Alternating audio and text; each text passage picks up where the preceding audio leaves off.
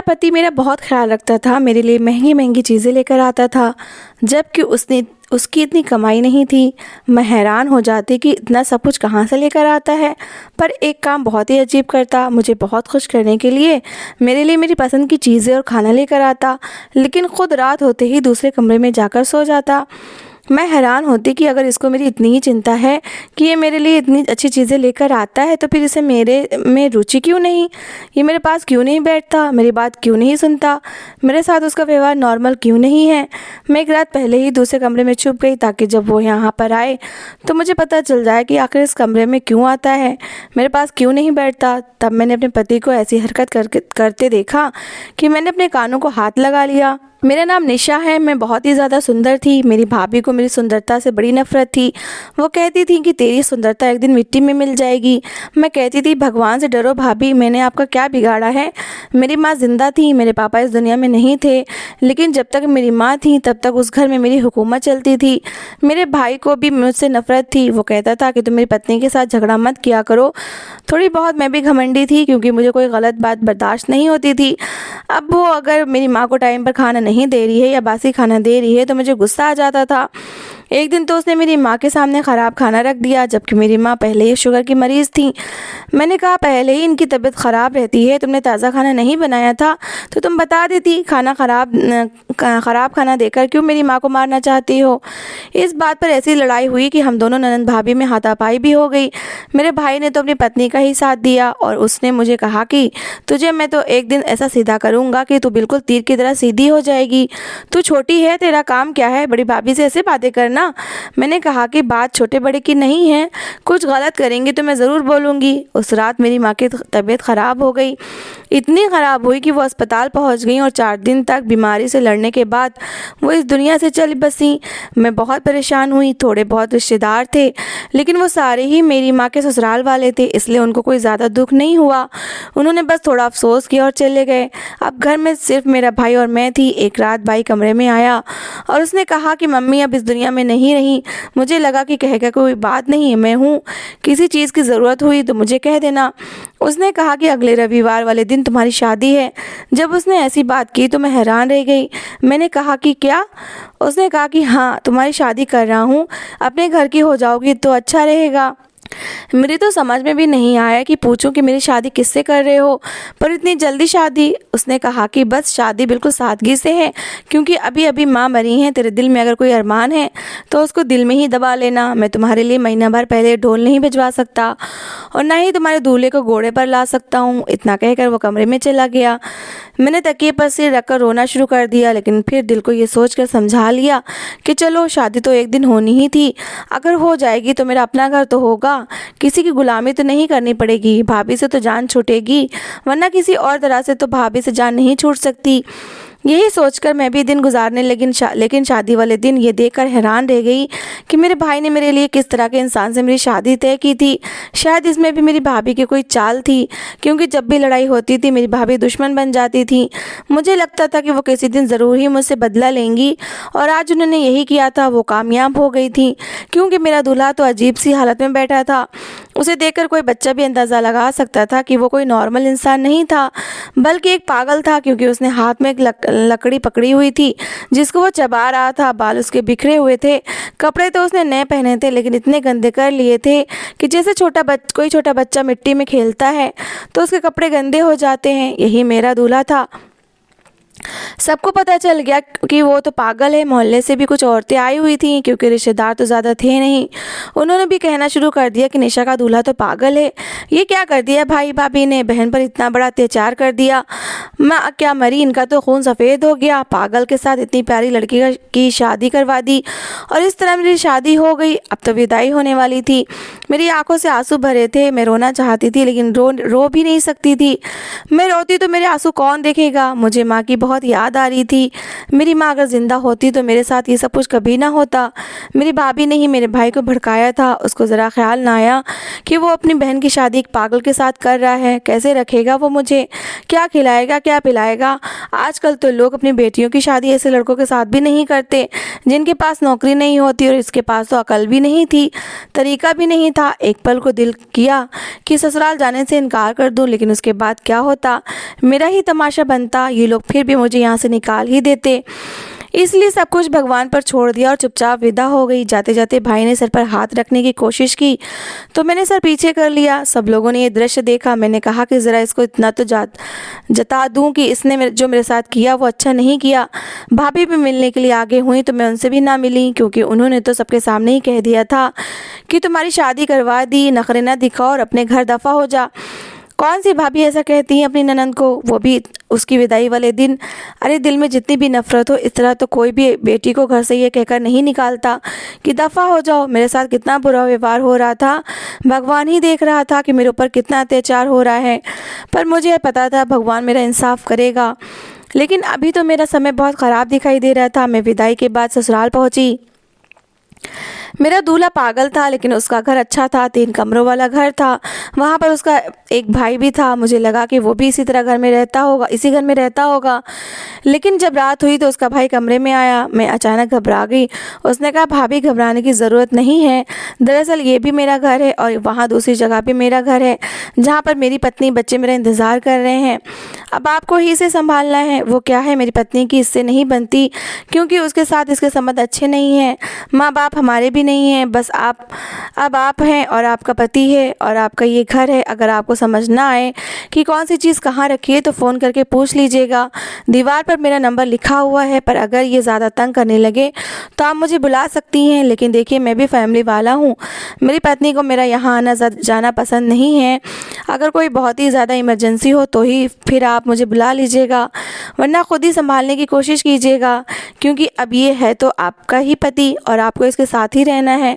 मैं समझ गई थी कि मेरी ज़िंदगी कितनी बुरी होने वाली थी। मैंने हाँ में सिर हिला दिया और मैं क्या कर सकती थी। उसने कहा कि भगवान आपकी मदद करे, आप परेशान नहीं होना, एक दिन सब कुछ ठीक हो जाएगा। मुझे पता था कि वो तसल्ली दे रहा है, लेकिन फिर दोबारा कहा कि मैं आपको बताने की कोशिश कर रहा हूँ भाभी कि एक दिन सब ठीक हो जाएगा, आप बिल्कुल परेशान नहीं होना। पता नहीं उसने इस बात को 2 बार क्यों बोला और इतना ज़ोर देकर क्यों बोला। फ़िलहाल तो मुझे कुछ समझ नहीं आ रहा। मैंने कहा ठीक है।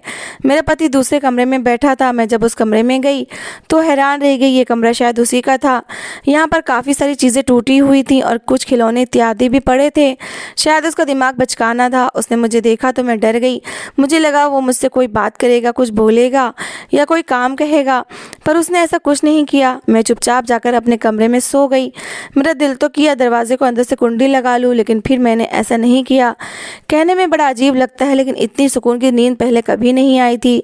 आँख खुली तो मैं हैरान रह गई। सामने मेरा पति बैठा था। उसे देखकर मैं डर गई थी। फिर जब मैंने टेबल की ओर देखा तो मेरी आंखें खुली की खुली रह गईं। टेबल पर तो नाश्ता रखा हुआ था। नाश्ता बाजार का लग रहा था। मैंने उसकी तरफ देखा और आसपास देखा। मुझे लगा शायद उसका भाई आया होगा और वही नाश्ता लेकर आया होगा, लेकिन घर में कोई नहीं था। बाहर वाला दरवाज़ा तो अभी भी बंद था। रात को मैंने खुद कुंडी लगाई थी। मेरे पति ने मुझसे कहा कि नाश्ता कर लो, और वो भी नाश्ता करने के लिए बैठ गया। मैं हैरान रह गई। मैंने कहा, इसको इतना पता है कि हमारी शादी हुई है तो बाज़ार से नाश्ता लेकर आया है, फिर ये कैसा पागल है। लेकिन फिर उसने अजीब सा गाना गाना शुरू कर दिया। ये किसी कार्टून का गाना था। मैं समझी कि शायद ये इसके लिए एक नॉर्मल सी बात है। शायद इसे भी भूख लगी होगी और इसके पास थोड़े बहुत पैसे होंगे तो ये नाश्ता ले आया। इतना काम तो कोई छोटा बच्चा भी कर लेता है।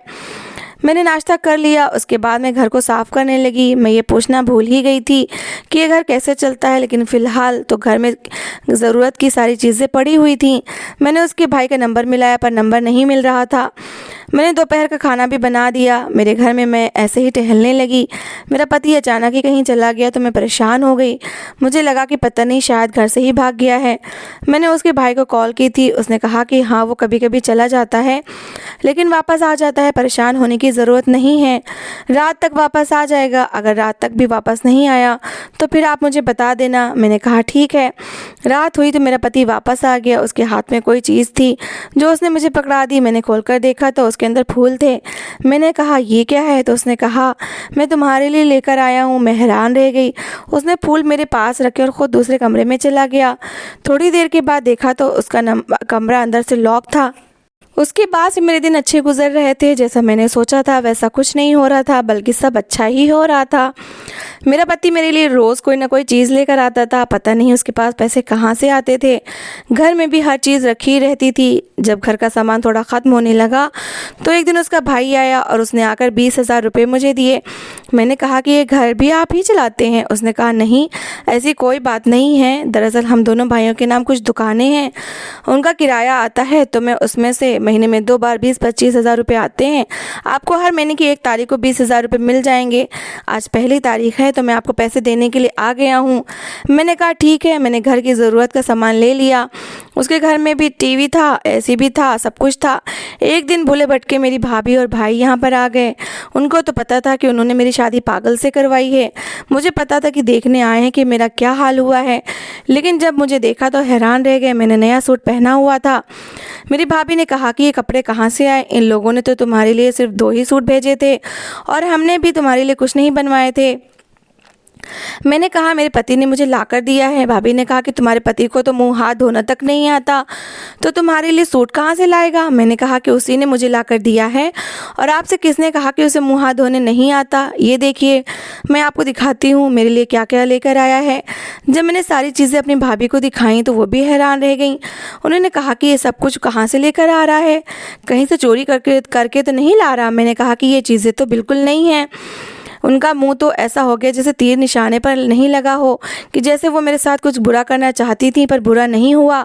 तो वो बड़ी परेशान हो गई थी। मैंने भी सर उठाकर उनको सारी चीज़ें दिखाई और मैं बड़ी खुश हो गई। मेरी भाभी ने कहा देखो, शायद मैंने जल्दबाजी में आकर गलत फ़ैसला कर दिया था, लेकिन तुम तो खुश लग रही हो। मैंने अपने भाई को भी कहा कि आपने कोई गलत फ़ैसला नहीं किया, मैं सच में खुश हूँ, मुझे कोई परेशानी नहीं है, मुझे इस घर में किसी चीज़ की कोई कमी नहीं है। हम भी तो गरीब लोग ही थे ना, अगर हमारी शादी होती तो हमारे जैसे लोगों में ही होती। लेकिन ये देख लें, ये लोग तो आपसे अच्छे हैं। इस घर में तो एसी भी लगा हुआ है, गर्मी भी होती है तो सुकून की नींद आती है। मेरी भाभी का मुंह लटक कर रह गया था। मुझे पता था कि घर जाते ही वो मेरे भाई से झगड़ा करेंगी। अच्छी बात है, मुझे खुश देखकर घर जाते हैं, आपस में झगड़ा करते हैं तो ये उनकी सज़ा थी। मेरा पति मुझसे कोई बात नहीं करता था, मेरे लिए चीज़ें भी लेकर आता, मेरा ख्याल भी रखता, मेरा ध्यान भी रखता। एक दिन मैं जा रही थी कि मेरे पाँव पर कोई चीज़ लग गई तो उसने मेरे पाँव पर पट्टी बांधी, लेकिन रात होते ही वो दूसरे कमरे में चला जाता था और अंदर से लॉक लगा लेता था। मैं बहुत परेशान होती थी कि ये क्या चक्कर है। मैं उससे बात करना चाहती थी, पूछना चाहती थी। मैंने सीरियल और फिल्मों में देखा था कि प्यार से ऐसा इंसान ठीक हो जाता है। शायद मैं भी उसको ठीक कर लेती, और अगर वो ठीक हो जाता तो फिर इस दुनिया का सबसे अच्छा पति होता, क्योंकि हैंडसम वो था ही, जवान भी था, पैसों की भी कोई कमी नहीं थी, घर भी उसका अपना था और इतना सारा सामान भी था। अगर वो ठीक भी हो जाता तो मेरी पूरी ज़िंदगी सेट हो जाती। लेकिन वो मुझसे बात नहीं करता था। मेरी एक दोस्त पागलों की डॉक्टर बन गई थी। उसने मुझे एक बार बताया था कि ऐसे लोगों को बहुत प्यार और देखभाल की ज़रूरत होती है, और अगर उनकी ज़िंदगी में कोई हो तो वो उसे बहुत प्यार और मोहब्बत देते हैं। मतलब आम इंसान से ज़्यादा। धीरे धीरे मुझे बात समझ में आने लगा कि जो भी बात हो उसे उसका संबंध उस कमरे से है। क्योंकि मेरा पति उस कमरे में ही चला जाता था, इसलिए मैंने सोच लिया कि मुझे पता लगाना होगा कि उस कमरे में क्या करता है। मैं एक बार उस कमरे में गई थी, वहाँ पर ऐसा कुछ भी नहीं था। मेरी भाभी ने लोगों को कहना शुरू कर दिया था कि पागल से शादी हुई है, लेकिन वो बड़े अच्छे हाल में है, उनके मुंह से निकल गया होगा। ये बात मुझ तक भी पहुंच गई थी, क्योंकि शहर तो एक ही था। मैं कहती थी कि हाँ, भगवान का शुक्र है, मैं तो बहुत ज़्यादा खुश हूँ, मेरे पास सब कुछ है, मेरे पास पैसे भी होते थे, घर के सारे अधिकार मेरे हाथों में होते थे, हर महीने पैसे भी आ जाते थे, मेरा पति मेरा ख्याल भी करता था और रोज़ मेरे लिए कोई ना कोई नई चीज़ भी लेकर आता था। वो कहाँ जाता था मुझे नहीं पता। मैं एक बार उसके पीछे पीछे गई, लेकिन मुझे रास्ते का पता नहीं था, इसलिए मैं वापस आ गई कि मैं कहीं गुम ही ना हो जाऊं। और वो तो मेरी आंखों के सामने से ना जाने कहाँ चला गया। उसे रास्तों को बहुत अच्छी तरह पता था, शायद किसी पार्क में बच्चों के साथ खेलने के लिए जाता होगा। क्योंकि उसके पास इस तरह की काफ़ी सारी चीज़ें थीं, इसलिए मैंने इस बात पर ज़्यादा ध्यान नहीं दिया। लेकिन मुझे ये बात ज़रूर पता लगाना था कि कमरे में क्या करता है, और वो दिन के समय कमरे को ताला लगाकर चला जाता था। एक दिन मैंने चाबी गायब कर दी और ताला भी खोल दिया। उसको ताला नहीं मिला तो वो बगैर ताला लगाए ही चला गया। मेरा प्लान था कि मैं पहले से ही कमरे के अंदर छुप जाऊंगी, और जब वो कमरे में आएगा तो मुझे पता चल जाएगा कि वो क्या कर रहा है। लेकिन जैसे ही घर में आया, मुझे ढूंढ रहा था, मुझसे कभी कभी थोड़ी बहुत बातें भी कर लेता था, उसको मेरा नाम भी याद हो गया था। मुझे मेरे नाम से ही बुलाता था। कभी कभी देखकर बड़ा दुख होता था कि ये भी तो किसी का बेटा है, कितना गबरू नौजवान है और इसके साथ न जाने क्या हुआ है कि ये पागल हो गया। ये जन्म से पागल तो नहीं होगा, शायद इसके साथ कुछ घटित हुआ हो। मैंने उसके भाई से भी पूछने की कोशिश की थी, पर उसने मुझे कुछ नहीं बताया था कि समय के साथ साथ आपको सब कुछ पता चल जाएगा। ये किस तरह की बात थी? समय के साथ कैसे पता चलता? मुझे मेरे पति की पुरानी फोटोज मिली थी। वो उनमें बहुत ही गुस्से वाला और जिद्दी लगता था। ऐसा लगता था कि जैसे पूरे परिवार का सबसे हैंडसम नौजवान था, लेकिन फिर ऐसे हाल पर कैसे पहुंच गया? मन में उल्टी सीधी बातें और सवाल आते रहते थे। आज तो मुझे पता चल ही जाना था। फिर उसके बाद मैं देखती कि मुझे क्या करना है, कहीं कोई ऐसी वैसी बात ना हो जाए। मेरा पति फिर से मेरे लिए कोई चीज़ लेकर आया था। कमरे में गया, लेकिन उसे महसूस हुआ कि मैं कमरे में नहीं हूँ, तो वो चीज़ उसने वहीं पर रख दी। मुझे थैली रखने की आवाज़ आई थी और फिर अपने कमरे में आ गया। मैं कमरे के अंदर छुपी हुई थी। उसने दरवाजे को अंदर से लॉक लगा लिया और कुर्सी पर सर पकड़े बैठ गया। मैं पर्दे के पीछे से उसको देख रही थी। उसको अंदाज़ा भी नहीं था कि मैं कमरे के अंदर हूँ। वैसे अंदाज में सर पकड़े बैठा था। ऐसा लगता था जैसे कोई बड़ा आदमी कुछ सोच रहा है। उसके चेहरे पर से अचानक से पागलों वाले भाव ही गायब हो गए थे। अभी से मामला मुझे कुछ गड़बड़ लग रहा था। कोई ना कोई बात थी जो नॉर्मल नहीं थी। थोड़ी देर के बाद उसने अपनी जेब से एक बड़ा सा फ़ोन निकाला। मैं हैरान रह गई कि ये फ़ोन इसके पास कहाँ से आया। और फ़ोन भी बिल्कुल ठीक ठाक था, टूटा हुआ भी नहीं था, जबकि बाकी उसकी सारी चीज़ें टूटी हुई थीं।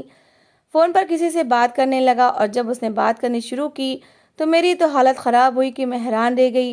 वो तो किसी समझदार आदमी की तरह बातें कर रहा था और कह रहा था कि देखिए, मैंने आपसे पहले ही कहा था ये पैसे शेयर बाज़ार में लगा दें। जो मेरी किस्मत में होगा, जो मेरा नसीब होगा, मुझे मिल जाएगा। मैं हैरान रह गई थी कि मेरा पति दुनिया के सामने पागल बना हुआ है। यहाँ पर बैठकर बिजनेस की डीलें कर रहा था, लेकिन फिर दुनिया के सामने पागल क्यों बना हुआ था और अपनी पत्नी से झूठ क्यों बोल रहा था? अपनी पत्नी को तो बता सकता था। दिल तो किया कि सामने आ जाऊं, लेकिन फिर सोचा कि देखती हूँ ये क्या करता है। फिर थोड़ी देर के बाद उसने जेब से काफ़ी सारे पैसे निकाले और फिर उनको एक साइड पर रख दिया। फिर दोबारा से किसी को फ़ोन किया। इस बार मुझे समझ आ गया कि वो किसको फ़ोन कर रहा है। वो अपने भाई को ही फ़ोन कर रहा था।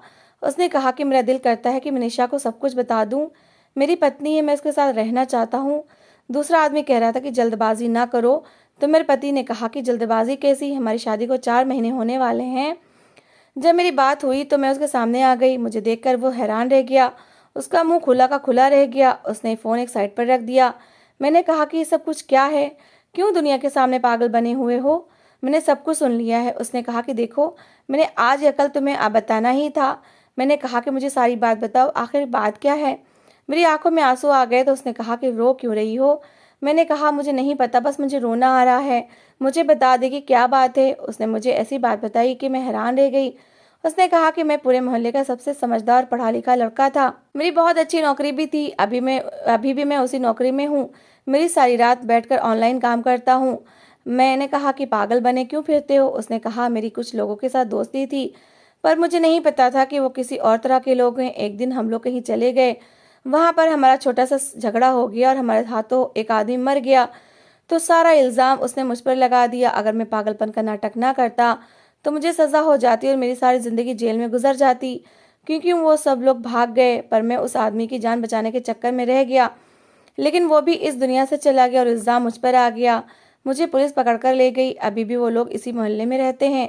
उनका मेरी कारण से नुकसान हुआ, इसलिए मुझे पागलपन की एक्टिंग करनी पड़ी। लेकिन सुना है अब उन्होंने अपना घर बेच दिया है और 1 महीने बाद यहाँ से जा रहे हैं। बस उसके बाद मैं अपने तरीके से रह सकता हूँ। तुम्हें ये सब कुछ मैंने इसलिए नहीं बताया कि एक बार वो लोग यहाँ से चले जाएं तो फिर मैं तुम्हें भी बता दूंगा। तुम्हारे भाई ने जब कहा कि ये उसे रिश्ता स्वीकार है तो हम लोग बड़े हैरान हुए। हमें पता चल गया था कि लोग जानबूझकर तुम्हारी शादी एक पागल से करने को तैयार हैं। इसलिए मैंने बिना देखे ही शादी के लिए हाँ कर दिया। सोचा कोई पुण्य काम कमा लूँ, तुम्हें ही बचा लूँ। मैं तुमसे बहुत मोहब्बत करता हूँ। तुम मुझे बहुत अच्छी लगती हो। बाहर जाता हूँ तो भी तुम्हारा चेहरा मेरी आंखों के सामने आ जाता है। तो फिर सोचता हूँ तुम्हारे लिए कोई चीज़ ले लूँ। सोचता हूँ कि कहीं तुम हालात से तंग आकर मुझे छोड़कर न चली जाओ। कोशिश करता हूँ तुम्हारे लिए तोहफा लेकर आऊँ, ताकि कम से कम तुम खुश तो रहो। मैं तुमसे बहुत प्यार करता हूँ। मेरी आंखों में फिर से आंसू गिरने लगे। उसने कहा कि आप रो क्यों रही हैं? मैंने कहा कि खुशी की से रो रही हूँ। उसने कहा अजीब हो, दुख से भी रोती हो और खुशी से भी रोती हो। अरे देखो, मैं तुम्हारा पति हूँ। तुम्हारी जिंदगी बहुत अच्छी होने वाली है। 1 डेढ़ महीने और हमें नाटक करना होगा और इसके बाद सब कुछ ठीक हो जाएगा। मैंने कहा कि मुझे कोई परेशानी नहीं है, मैं तो सोच रही हूँ कि भगवान ने मेरे कौन से पुण्य का मुझे फल दिया है। मैंने कभी किसी का बुरा नहीं किया था, पर मेरे अपने भाई ने मेरे साथ इतना बुरा किया। और शुक्र है कि आप बिल्कुल ठीक हैं। उसने कहा कि परेशान नहीं हो, सब ठीक है और हमेशा ठीक रहेगा। मैं तुम्हारा पति हूँ, हमेशा तुम्हारा ख्याल रखूँगा, तुम्हारे साथ रहूँगा, हमारी ज़िंदगी बहुत अच्छी होगी। और ऐसा ही हुआ। धीरे धीरे मैंने ये बात मशहूर कर दी कि मैंने अपने पति का इलाज करवा लिया और हमारी ज़िंदगी खुशियों से भर गई। तो दोस्तों, इस कहानी को लेकर आपकी क्या राय है, कमेंट बॉक्स में ज़रूर बताएं।